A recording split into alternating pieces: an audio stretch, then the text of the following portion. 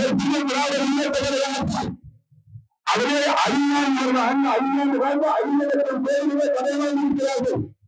அந்த கடனை நம்முடைய தமிழக மக்கள் தமிழை பெற்றிருப்பது திராவிட முன்னேற்ற கழக ஆட்சி. அந்த கடனை யார் தீர்க்கிறது? நாம தான் தீர்க்கணும். இப்படி பெரும் திட்டங்களை கொண்டு வருவாங்க வெளியிட்டு சுற்றுலா சென்றார் ஸ்டாலின் அவர்கள். முன்ன நாடெல்லாம் போயிட்டு வந்தார். வெளிநாட்டு பார்க்க நீ சொல்ற தமிழகம் வளரணுன்ற தமிழ்நாடு முன்னேறுன்ற இங்க இருக்கிறவர்களுக்கு கோயில்களுக்கு கொடுக்கவே நீங்க வெளிநாட்டுக்காரங்க பணம் விடாயத்தை காலத்திலாரு அதான் உண்மை. இவருடைய பணம் எல்லாம் எங்கே சொல்வது என்றால் பாரத பிரதமரை சொன்னார் எடப்பாடி பணம் சொல்லியிருக்கிறார்கள்.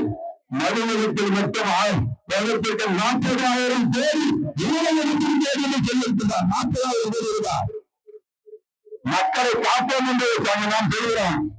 அவன் வருஷம் வந்துட்டு அங்க எப்படி பேசுறாரு? ஸ்டாலின் மக்களை காப்பாராம்.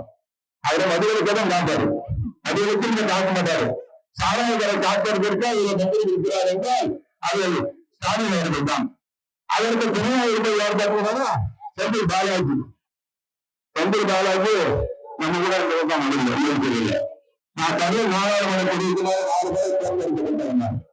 அவங்க தமிழக இருப்பாங்க. அவர் புதுதில்லையே நன்றாக தெரியும். கமிஷன் வாங்கியிருக்கான். கோர்ட்டுக்கு கொடுக்கலாம். கோர்ட்டு கொடுக்க ஏழுமா ஆபீஸ் போக வேண்டியதா இருக்குது. அது விரும்பி கொடுக்க வேண்டியதா இருக்குது. விரும்பி ஆசையாக ஏழுமாறு இருக்குது. அதுக்கு பிறகு திருப்பி போக வேண்டியதா இருக்குது. 40 ரூபாய் ஒரு டாக்டருக்கு ஏமாத்தறியாரு இந்த நாடாளு கடை மக்களை காப்பாற்றம் சொல்லிட்டு மதுரத்தை இழுத்தம் சொல்லிட்டு திராவிட முன்னேற்ற கழகம் சரியான வாக்குறுதிகளை அவர்கள் தந்துவிட்டு ஒரு பாட்டுக்கு 40 ரூபாய் அடித்தால் அதான் 40,000 கோடி வருடத்திற்கு மட்டும் கலாவையில சாராய கடையில வசூல் செய்து கொண்டு திராவிட முன்னேற்ற கழகம் அது இருந்தபோது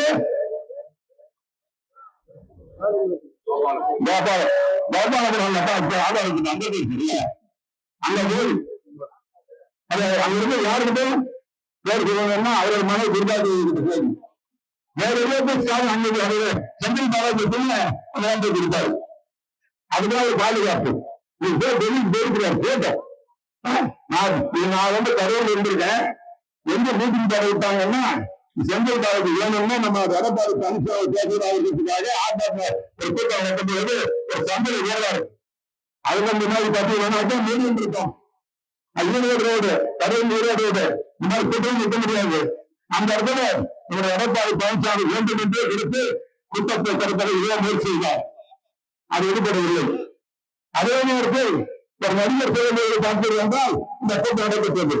அந்த கூட்டத்திலே ஆளுநர் செலவிட்டு மக்களை கொண்டு குளித்தது திராவிட முன்னேற்ற கழகத்தினுடைய எல்லா வளர்ச்சி செந்தில் பாலாஜி அதற்கு ஊருக்கள் அறிவது உடனே ஓடுகிறார் ஆஸ்பத்திரிக்கு.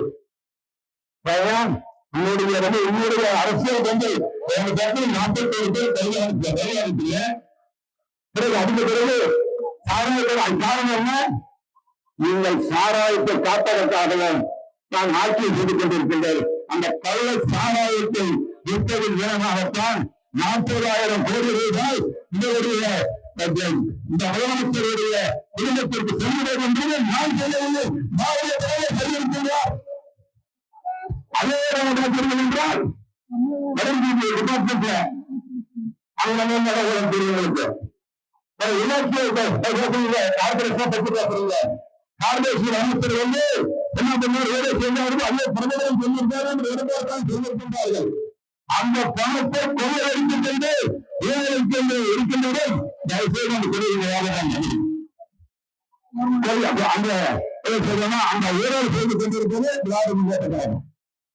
இந்த கள்ள சாராயமோ மது மட்டுமல்லாமல் மங்கை அடித்துக் கொண்டிருக்கின்ற இந்த மாநிலத்தின் அரசு நீக்க வேண்டும்.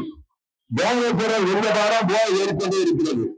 இதனால் இளைஞர்களை விட்டு கல்லூரி மாணவ சங்கத்தை சீர்திட்டு இந்த ஆட்சியிலே இந்த சட்டம் ஒழுங்கு சீரழித்திருக்கின்ற ஆட்சி திராவிட முன்னேற்ற ஆட்சி ஆட்சி வேறுபாடு இருக்க வேண்டும்.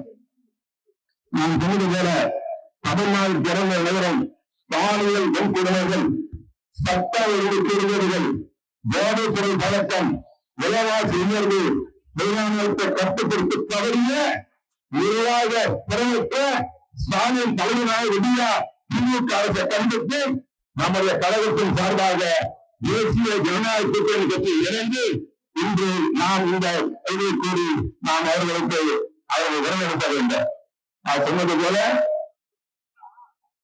ஸ்டாலின் தொடரட்டும் இல்லாத யாரும் தொடரவே மாட்டாங்க.